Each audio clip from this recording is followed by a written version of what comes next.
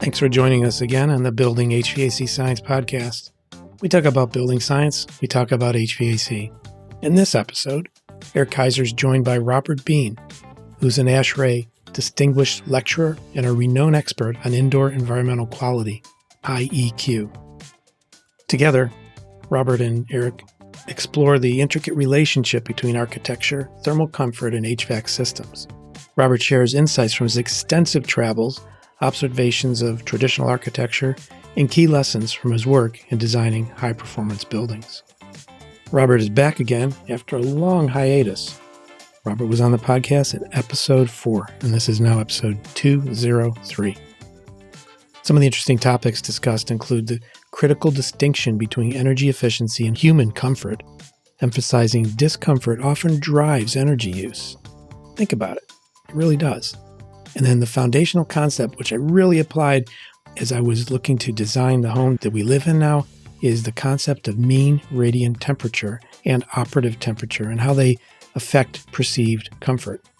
There's a lot of practical advice given about incorporating IEQ principles into design, leveraging tools such as the ASHRAE Standard 55, and Robert also has a free ebook where we have the link in the show notes. The book is called Thermal Comfort Principles and Practical Applications for Residential Buildings.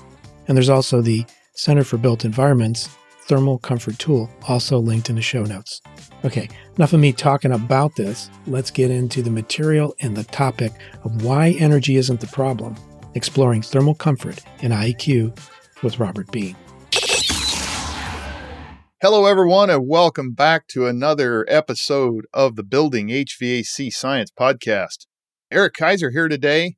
Bill Spohn, not here, missing in action. Don't know where he's at. Bad boy, Bill. And with us today, very special guest, Mr. Robert Bean. And if you don't know Robert, jump online. He's an ASHRAE Distinguished Lecturer and travels all over the world talking about human comfort and how to do that. So welcome to the show, Robert. Yeah, it's great to be here, Eric. Thank you for having me on. Oh, you're welcome. Again, I think this is a repeat, our second time I've been on the show, I think. Is it? Okay. I can't remember. I don't know. So I came into this show, we just cleared our 200th episode recently, and I started co-hosting with Bill, I think around episode 119. So there's a few prior to that I don't necessarily have in my head.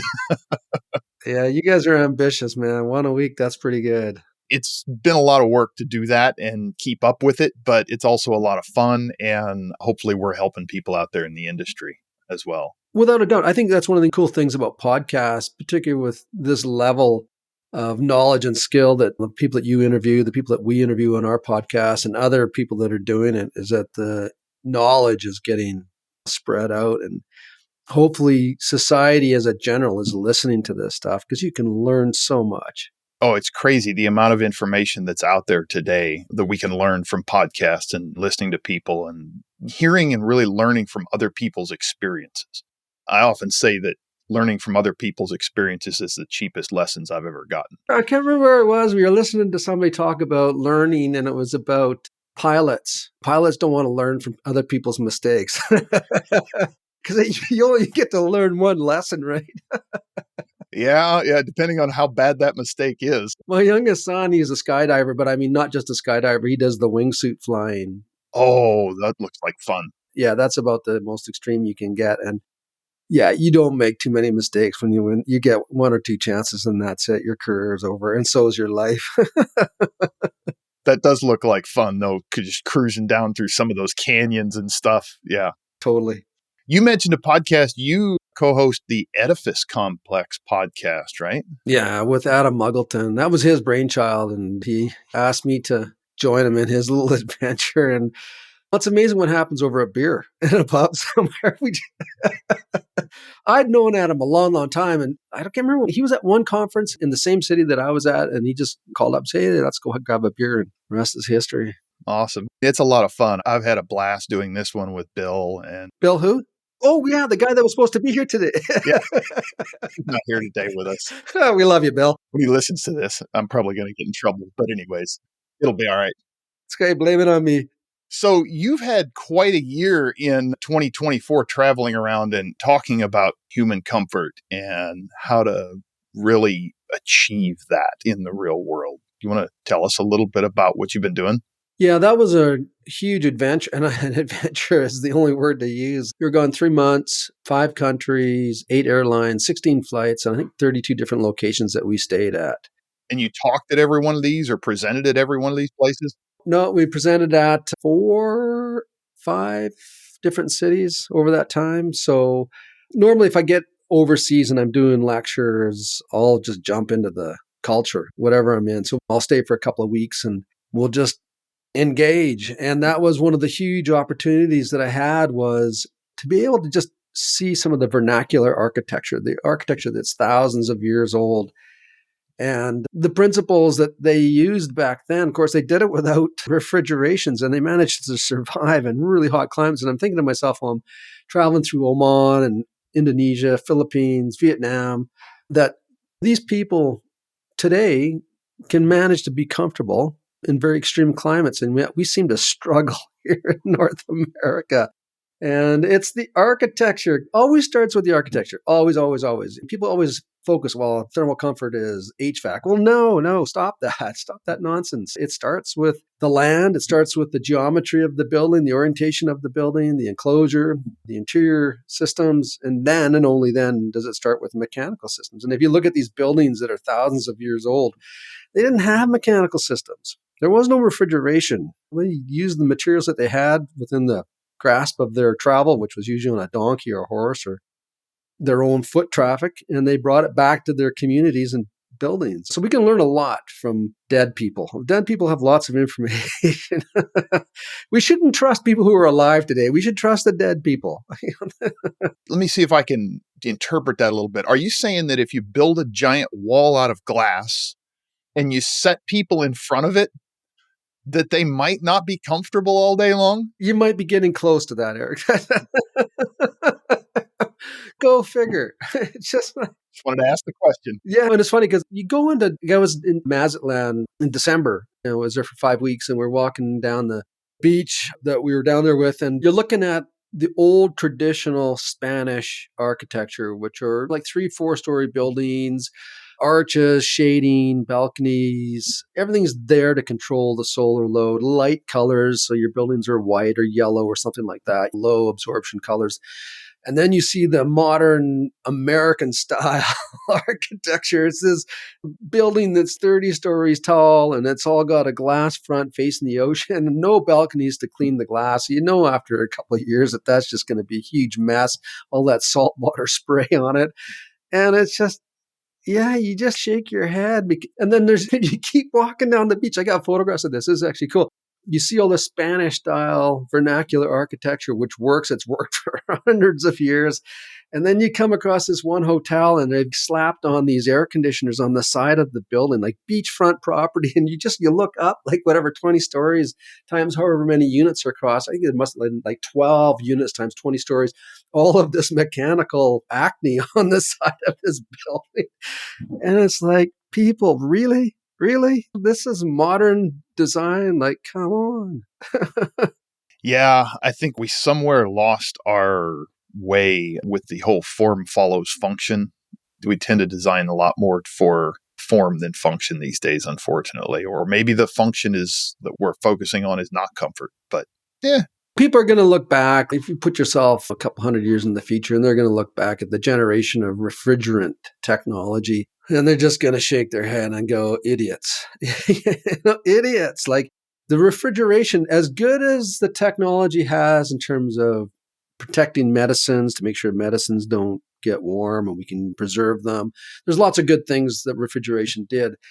But what it didn't do well was protect mankind from its own ignorance when it comes to architecture, because it's allowed the form to exist that creates problems for us in our present day, never mind what the problems are going to be 20, 30, 50 years from now. We already know we have an energy problem. We already know we have a indoor environmental quality problem. And when I say IEQ, I want people to understand we're not talking about air quality. I hate that when people use those words interchangeably. They're not interchangeably. But when we talk about IEQ, sound problems, thermal problems, lighting problems, thermal comfort, air quality, those are all problems that you get with bad architecture. And we have lots of it. So that brings us into, and I love that, the indoor environmental quality rather than just air quality, because we live in so much more than just air. Oh, yeah. There's a lot more there. And you have a book that you published it's called Thermal Comfort Principles and Practical Application for Residential Buildings. And that's available through your LinkedIn group as a PDF, Yeah, it's free, and all you have to do is just ask for it, and we'll get you the link, and you can download the book and dive down the rabbit hole.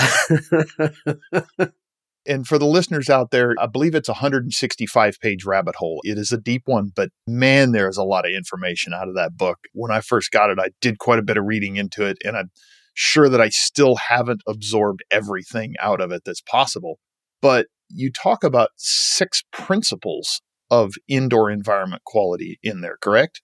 I think so.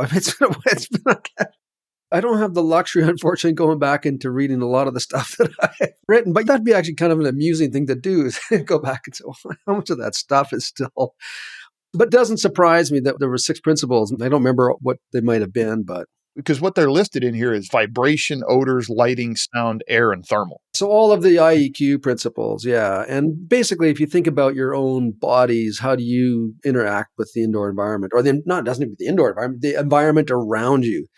And depending on what your beliefs are, we were gifted these sensory systems. That's what helps us navigate around the spaces that we travel through. And in the world of IEQ, and there's one of my soapboxes that actually has to do with people using IAQ and IEQ as if the two terms were the same, but they're not synonymous. And IEQ is the umbrella term that represents all of the other sensory systems. So thermal, lighting, sound, vibration, odors, and air quality. So when we say indoor environmental quality, we're talking about all of the sensory systems. And if you look at research today, as it has been actually for quite some time, sound still remains the number one complaint people have in buildings, more so than lighting or air quality or thermal, but sound is still number one. And then you get into thermal and air, lighting, vibration, odors. Do you find that is sound related with regards to mechanical equipment, or just the general space of the building and it bouncing around in the rooms or transmitting through the building? It's the whole gamut, and it all depends on the building type and where the building is located. So if you take a residential area that was designed for natural ventilation, and that location of that residential building is in a busy community, maybe it's next to a roadway or a commercial space, these people open up their windows to ventilate the space, to cool it down, get outdoor air in. And of course, the noise is immediately invited into the space. It could be an office building where you're in open offices and they've got noise bouncing around. People can't focus. That's why people bring their headsets to work. It's to block out the noise. And actually, the noise issue that we've created is actually addressing air quality issues. By getting away from synthetic fabrics, things that normally would absorb sound, we've turned to looking at more harder natural materials, glass, concrete, woods. Well, these materials aren't great with sound. So in the process of solving air quality problems, we've created sound problems. So that's one of the reasons for that. And then the trends that you see in terms of open office designs, mechanical systems for sure. You get anybody that's been into a building that you can hear the air velocity coming out of diffusers. I mean, I've been in hospitals just sitting, listening, and the velocity of air leaving these diffusers is so loud that you could be easily 75, feet would be, say, 100, 150 feet away, and you can hear the noise. Airports are the same thing. So it could be mechanical, rattling, could be lighting systems. There's just so many places that you get sound that become annoying and people complain about it. Could be your neighbors, the dogs barking. It could be the neighborhood kid with his loud music coming down the street. And we're not guilty of that. You and I, we never did that as a teenager. I never had a vehicle with loud exhaust or a motorcycle or nothing. There's that neighborhood kid again. Eric, that bad kid. Call Eric's parents up. I have a perfect example in front of our house. We live on a fairly busy road, and every time we're in the Midwest of the U.S., so in the winter, guess what we get is potholes. And every time we get a chuck hole out in front of the road or a pothole out in front of the road and cars drive through it, and you get a bang, bang every time. It gets old. It does. And even think about in terms of the wintertime and snow removal equipment. When you're removing snow, you tend not to do that during the day because people are using the roadways or the parking lots. So it all gets done at night. So If you're living in a residential complex that's near, particularly if it's a commercial space, when you're hearing those graders run all night long, the dump trucks, all of the equipment that gets used, noise is a big one. And then thermal, which is my soapbox that I've been on. I mean, I have a lot of knowledge in thermal, but I also have it in air quality, and I touch it a little bit on sound and lighting, but my main thing is on the thermal. It's just one of the areas that intrigued me when I got started studying indoor environmental quality, and there was a few people that were looking at air quality. Everybody studies air quality. There's just so much research work in air quality and a lot of funding, particularly with COVID. I mean, the millions of dollars that have gone into air quality. But thermal is one of the biggest complaints that we have from people. Cold, drafty, cold floors, dry, muggy. I mean, you just go through the list. And there was a cool research project that was done. I think it was Liam is one of his PhD students from, I think it was Toronto. I can't remember. Oh, Carleton University. This is brilliant. Get a load of this. So his students did a algorithm that searched reviews through Airbnb, people complaining about Airbnbs.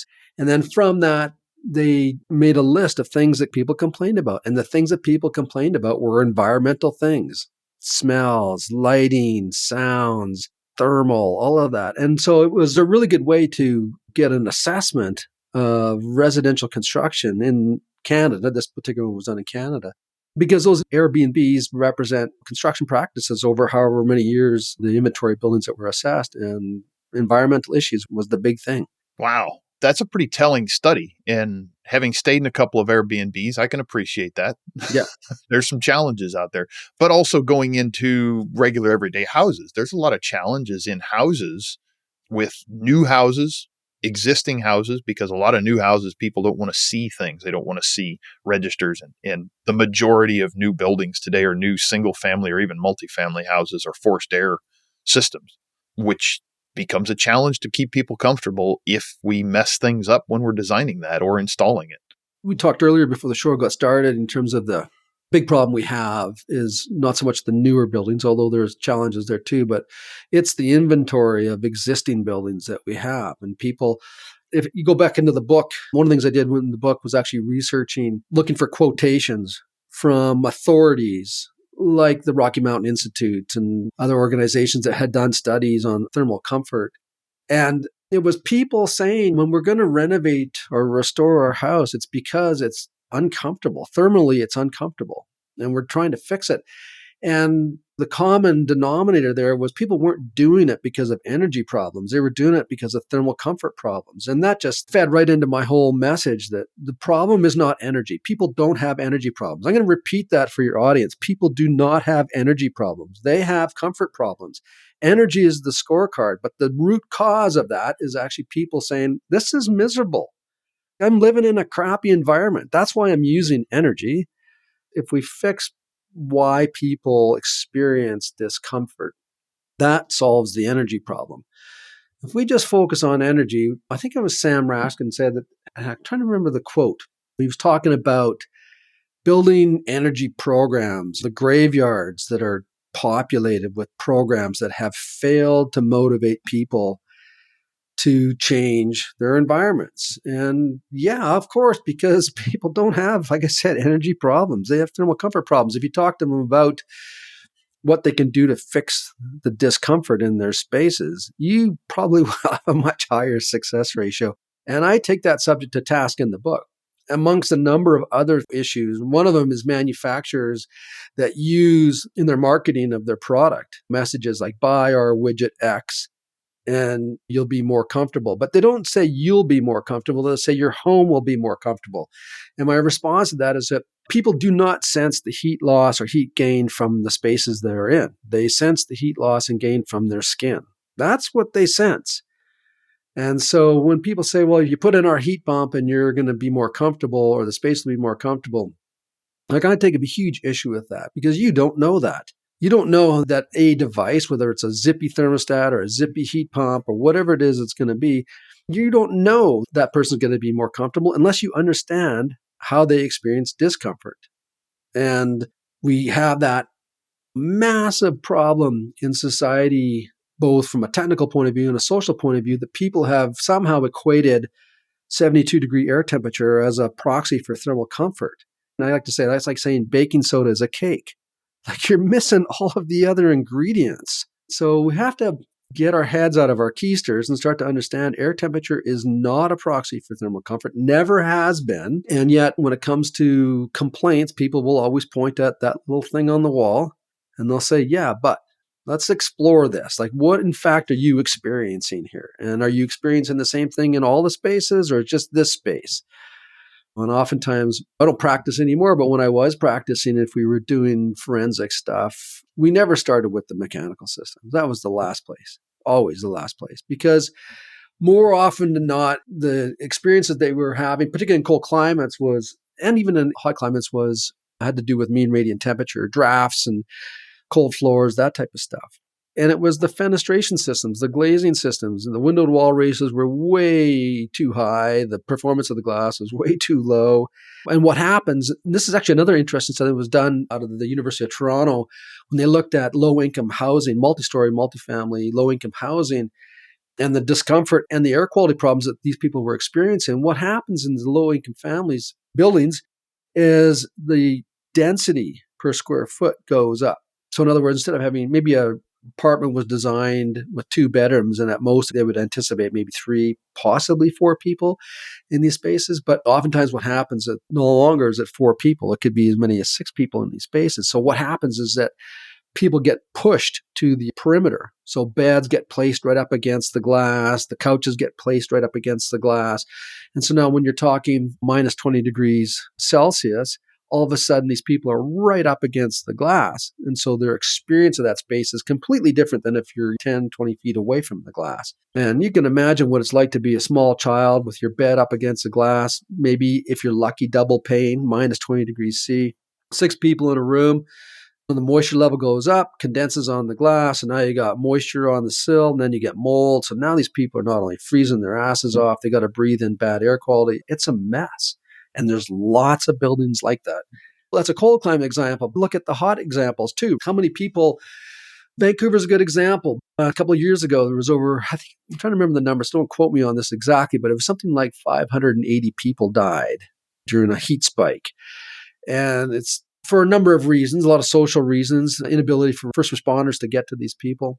Some of these people didn't need to die. It was just a matter of moving them from their south-facing or southwest-facing buildings down into the parkade would have changed the temperature, well, in Celsius, probably a good 7 degrees C, maybe even higher than that. So if you're in a southwest-facing condo, you're an elderly person that has difficulty moving, you're not mobile, the inside temperature of that space, if you didn't have air conditioning, could have easily approached 40 degrees C when you've got lots of glass.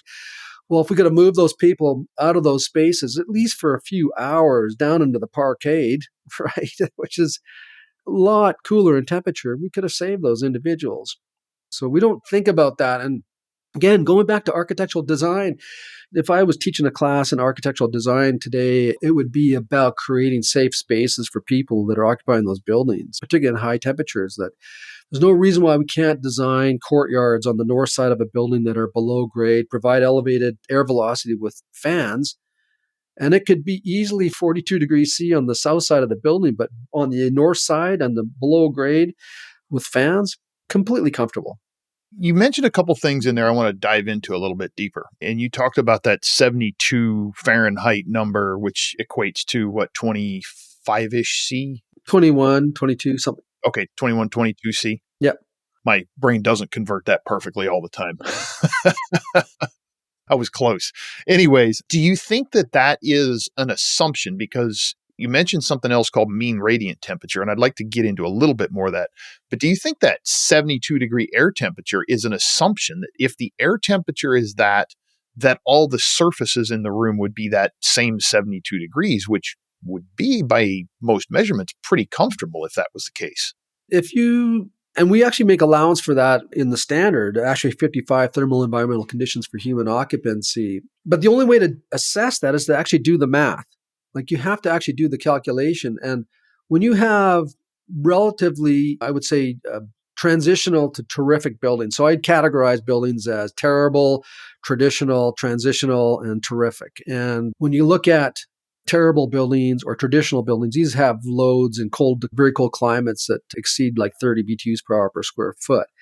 When you get into buildings that are in the transitional, which are like, say, not quite passive house, but pretty good house type of stuff, and get into then the really good buildings, passive house, then you're getting into loads that are sort of in the 10 BTUs per hour per square foot. These buildings have mean radiant temperatures that are starting to approach dry bulb temperature, but they're doing that because the enclosure performance has been detailed. Someone's done a pretty good job of looking at the window to wall ratios, making sure the glass is high performance, making sure they've addressed thermal bridging, make sure they've tightened up the building. There's lots of things, strategies that they've done, outside shading, exterior shading, to take care of that MRT value. And when you do that, then you can start to approach the dry bulb temperature, in which case we call it the operative temperature, which the operative temperature is actually what we use in thermal comfort analysis. When you look at the standard, ASHRAE Standard 55, that is the term, operative. People have mistakenly used that as the operating temperature. It's one of the reasons why the standard got rid of the graphical method. I don't know if you're familiar with this comfort zone chart. Maybe you've seen it. I don't know. Sometimes you'll see it in books. Yeah, we're at the comfort zone in the middle of the room, and essentially the outside 24 inches or whatever is where we want the airflow. Is that the chart you're referencing? No, this is a graph that's a psychometric graph, and then they define the geometry on the graph defines the comfort zone. And unfortunately, when we talk about thermal comfort, like the standard uses this term operative temperature, which is the marriage between the mean radiant and the dry bulb. And that is actually the label on the x-axis of the graph. People thought that was the operating temperature, not the operative temperature. So people that were going for LEED certification, whatever, they would say, yeah, we're at 72 degree operative temperature, not knowing that they had to do an MRT calculation to actually verify that. So there's a lot of LEED buildings out there that got the points for thermal comfort when nobody did any work to get it.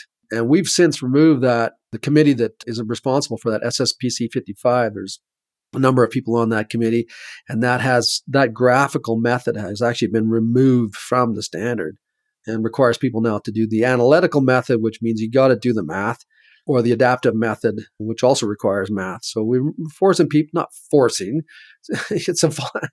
unless a building code requires a compliance with 55, it's a voluntary activity. But if you're going to do compliance to the standard, you're going to have to do some calculations. And they're not that difficult, actually. The calculations that, as you maybe discovered in the book, although the book, as you said, is a deep read, the math in there is all grade 10 math. Like, it's not high level math at all. So if you can do grade 10 math, you can do a compliance check with ASHRAE 55. Easy enough, should be for most of us. Yeah. What's a good definition of mean radiant temperature? Because that term gets thrown around a lot. I think that it confuses some people. I'm really happy it's getting thrown around because it means we're doing our work. When you sit in an environment, you're surrounded by not only the air temperature, but you're also surrounded by surfaces, assuming we're talking about indoor spaces, and all of those surfaces have a temperature. Now, if you're in front of glass, as you get closer to the glass, your experience, it's a much more intimate thermal experience with that glass than if you're away from the glass. And if you're on a slab on grade construction and the slab's not insulated, that's a completely different experience with you sitting or on a chair with your feet on the floor than if the slab is insulated, or even more so if the slab is heated. So these surface temperatures matter, and you'll really appreciate that more when you begin to understand that how humans thermally interact with their space. And almost 60% of the sensible heat transfer that a person has with the environment is not convection, and it's not evaporation, and it's not conduction. It's actually radiation. It's energy leaving your body to a cold surface, or the surfaces are warm enough that you get to retain your heat. So it's the loss of heat from your body or the retention of heat in your body via radiation that gives you that perception or that sensation, first sensation, then perception of being hot or being cold. So mean radiant looks at the person in the space and what's their geometric relationship to all of the surfaces around them. So if you take a square box, you put someone in the center, there's no windows, the MRT in that space is going to be almost identical to the air temperature. That would exactly happen if you were in a high-rise building, office tower, and you were working on an interior office space. So you've got the ceiling above you is the floor of the space above you, so there's no load there.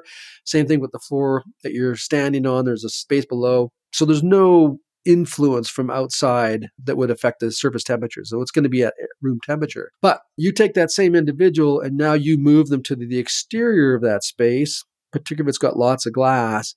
Now you've got a completely different experience. So you've got the surface temperature of the glass, and people need to know that even at 32 degrees Fahrenheit, I'm going to put this into IP units for you, triple pane argon, high performance glass at 32 degrees outdoor temperature, no solar influence, so say nighttime, that the inside surface temperature of that glass is going to be somewhere around 62, 64 degrees Fahrenheit. Well, if your body, not like the general temperature in your body is around 85, 86 degrees Fahrenheit. So now you've got an 86 degree surface temperature to a 62 or 64 degree surface temperature. That's a big delta T. And that radiant energy will then leave your body to that glass. And as it leaves your body, you experience cooling, discomfort. Right? So the MRT just describes the thermal experience that a person has due to radiation. And it follows them. So it's not a constant number. Where the person goes, so goes the MRT. And because MRT is part of operative, where the person goes, so goes the operative temperature. And that's one of the problems with people relying on thermostats. Thermostats do not follow people around. It's a fixed. Not well, anyhow. No, they don't. So you put a thermostat on the wall, it may not even be, it's only going to experience dry bulb temperature, maybe humidity, but most likely it's just a dry bulb temperature in most people's homes. So it doesn't sense radiant, which is the predominant method that people experience the space. It's not anywhere near the person oftentimes. And where that person goes, so goes the measurement. And oftentimes where that person goes, there's going to be draft. There's going to be a change in humidity because it's relative. So as you get closer to the wall's colder or that space is colder, the RH is going to go up. You've got ankle drafts. You got stratification. There's lots of things that are going on with that person wherever they are. And the thermostat is like, it's not even in the loop. So people, what they do is they're in that space and they're getting uncomfortable. So then they walk over to the thermostat and they crank it up. So going back to energy is the scorecard. But that occurred because somebody was freezing their ass off. See, they were freezing their ass off because of where they were, probably had crappy glass, lots of it, lots of thermal bridging. If you took a thermographic camera, you'd see all of the studs. Probably leakage in the building. So you got leakage, you got thermal bridging, you got the glass, you got all that going on. And yet they think the thermostat is their representative.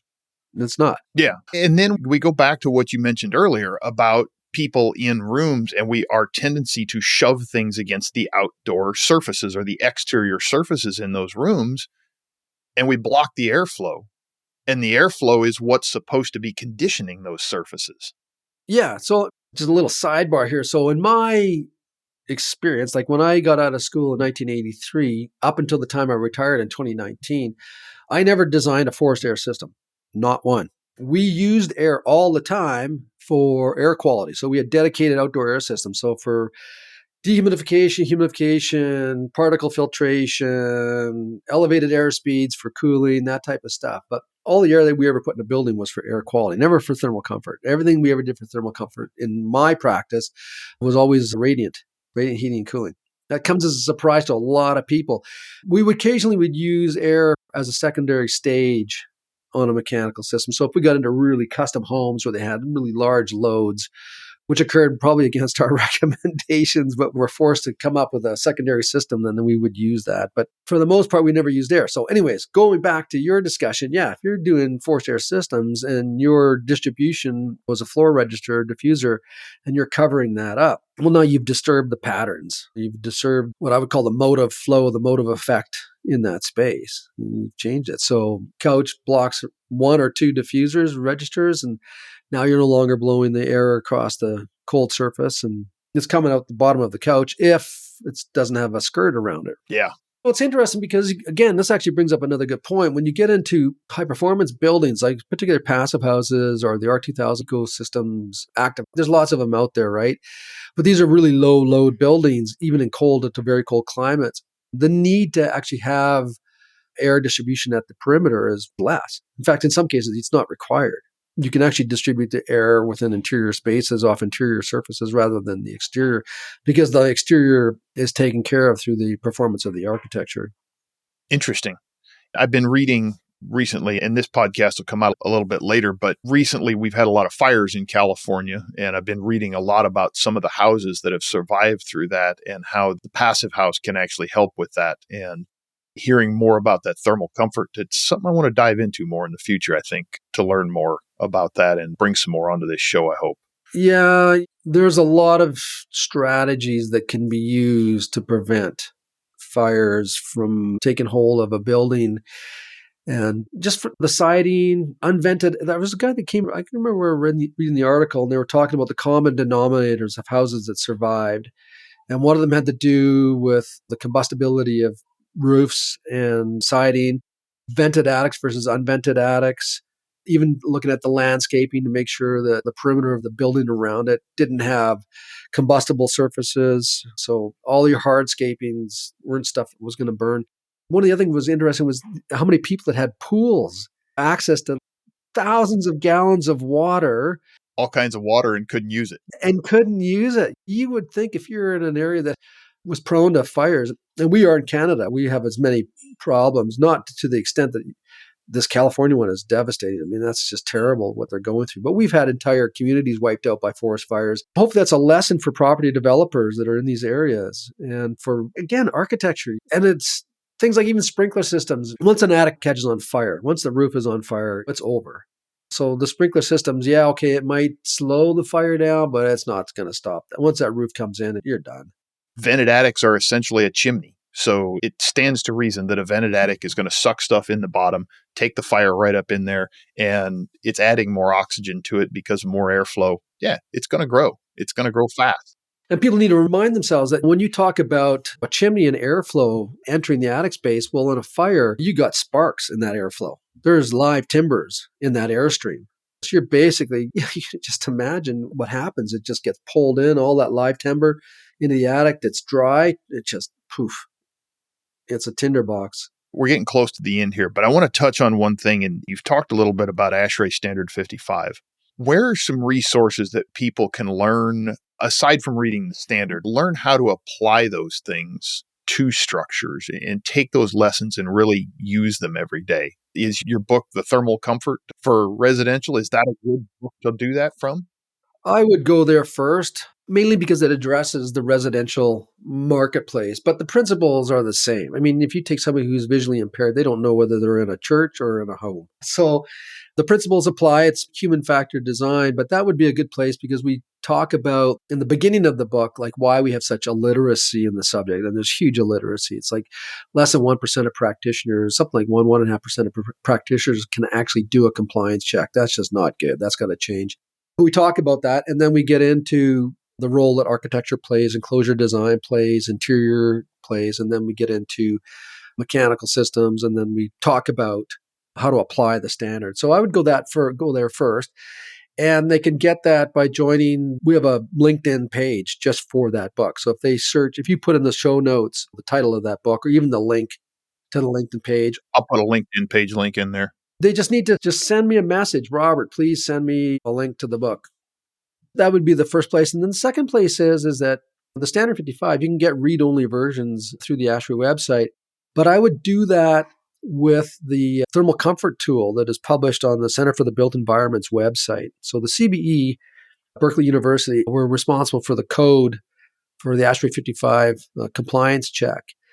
And by playing around with that comfort tool, you'll get an appreciation for the relationships that we look at. So air temperature, air velocity, humidity, drafts, what people are wearing, what they're doing. But people also need to know that those factors, what we call the 4 general factors and the 2 personal factors, that's the DNA of thermal comfort design. But oftentimes people forget that when you're doing light activities and wearing light clothing, that there's another step in the analysis, which makes us look at floor covering, radiant asymmetry, stratification, ankle drafts, which is important. And there's about 11 things that we look at. And they're not all that difficult. I mean, we think anybody that's sitting in a space, if you just actually it's a good idea to close your eyes because that eliminates the visual pollution that you find around you and let your body thermally experience the space. you'll feel the drafts, and you'll feel that radiant asymmetry, and you'll get a sense of the moisture in the room. And then if you change your clothing or change your activity, so you're actually always aware of what's going on. You've just never connected the dots. But those dots is actually what the standard's all about. It takes everything that a person looks at or feels in a space and then actually puts it into words and then describes the relationships. That's what I would do. Look at the book. Go to the standard if you can get a copy of the read-only version through the ASHRAE website if it's available. Sometimes it is, sometimes it isn't. And then get your hands on the online free version of the comfort tool, and that'll get you like 80% of the way. Nice. We're running into our predetermined time limit here. We like to limit this so people actually stick around and listen to the whole thing. All right. Yep. We don't want to bore our audience too much. God, no. HVAC, that's not boring, is it? What? To some of us, it's really exciting. And some people are just like, okay, keep moving on. I just want to take a second here because one of the things that has always amazed me is that people in general, like the general public, even those listening to the podcast here, they will spend hours researching if they're going to buy a car. If their dog needs veterinarian services, they spend hours looking for a vet. If they're going to go have elective surgery, they will spend hours doing research work for the surgeon. People will go and they will do all kinds of homework when it comes to getting services or buying products. But when it comes to their own environments, what is that all about? And particularly people who are really well off and that have it really doesn't matter economic where your status is on life. You could be the most wealthiest, smartest person in the world, and you will still hand off your indoor environment to somebody and hold them responsible. And that person hasn't got a clue what they're doing. It's hard as a designer to figure out what people want. We can design for what we think is comfortable, but that might not be what somebody else thinks is comfortable. And there's a huge disconnect between those that, oftentimes there's never design that's related to thermal comfort. There will be design for HVAC, but HVAC design in and of itself is not thermal comfort design. Neither are load calculations. People need to understand that. But the process of someone buying, because that's what you're doing, you're buying an environment, never gets to talk to the contractor designing or the designer doing the systems. What's that all about? Yeah. Hopefully we're moving the needle one little bit at a time out here. 1 hour at a time, Eric. One podcast at a time. Any last thoughts for our listeners out there? We're going to see you down in Orlando, maybe. People that are going down, there's coming up. Well, I guess if I had any parting last words is that thermal comfort is under the umbrella of indoor environmental quality, and it sits there with air quality, lighting, and sound. Energy is not what we should be focusing on. Energy is just simply the scorecard. The problem is discomfort in all of those metrics. And the more we learn about those metrics and the better we can incorporate it in our architectural design, enclosure design, interior designs, then and only then should we look at the mechanical systems. And if we have radiant problems, solve it with radiant solutions. If we have convective problems, solve it with convective solutions, and don't mix those two. That's my advice for you. There you go, folks. You heard it here. Robert, I want to thank you very much for coming on today. It's been a lot of fun, and we'll have to do this again sometime. Sounds good. Thanks, everybody. Thanks. See you, Bill.